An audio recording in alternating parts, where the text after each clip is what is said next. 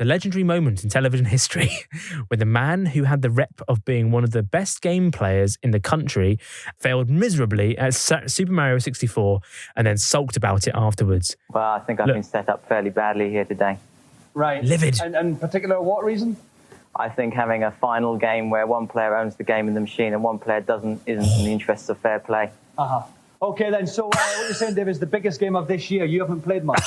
It's not released till next year. I'll play it next year when it's released in this country. Okay, you are a journalist. We can get it on import. Not a journalist. I'm a marketing manager. Right. Okay, then. And you don't have a book coming out about, games and anything Dominik like that? hates him. About beat 'em up. About beat 'em up games. So we're not seeing Zagreb to talk here, is what you're trying to say. No, we're not. We're seeing somebody just saying he's been set up. Okay, Dave is not looking at Not having any Dominik of in it. the eye. Wow. So in an interview with Casually Hardcore, Sure. Dave said, I was majorly pissed off at what had gone on that day. We were told that if we took part in the quiz and got through to the final, then there would be a playoff on a neutral game. However, when I turned up on the day, the game had been changed suspiciously to Mario 64 on the N64. I'd recently spoken out in the trade press saying that I would not play Mario 64 until it was officially released in the UK, as the amount of press attention the new Nintendo console was getting was ruining the Christmas games market in the UK. Right. When I inquired if any of the finalists had played the game, it turned out only that one had. Host Dominik Diamond's best friend. Not only had he played it, he had been playing it constantly for the past few months and completed it a number of times as he was helping develop Earthworm Jim 3D, hardly a neutral game.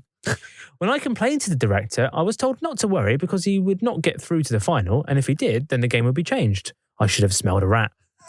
So I played on and won every round. However, when we got to the semi-final, if you watch the whole show, you will notice that at least one question comes up about Earthworm Jim, the game Dominik's friend was helping develop. Coincidence? So now he's in the final against me on a machine I've never played on a game I've never played, and he's been playing for the past few months. When I went to see the director about his promise that this wouldn't happen, he simply told me there wasn't time to change anything as the crew had all run over on their scheduled time and the final had to take place immediately. He also told me that if I walked, I wouldn't be allowed to use the company's hire car that brought me to the shoot and would have to get home on my own. I was in the middle of an industrial estate in London on a Saturday evening. There weren't any cabs. I was fucked.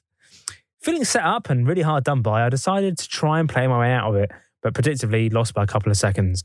I felt betrayed. 7 seconds, but... I felt betrayed that the show I'd helped create and had served so loyally could do this to me. I should have reacted better, but I just wanted out. At least it made good TV. I quit the show there and then and never went back. Right. Let's assume that everything he's saying is true. Yes. That does sound like they sort of like... They just didn't get on with Dave. They conspired to humiliate him. Yeah. What you have to ask yourself, Dave, is even if that is true, why was everyone conspiring to humiliate you? We don't know. We don't know. But we don't know. We don't know. Dave, if you're listening. Yeah.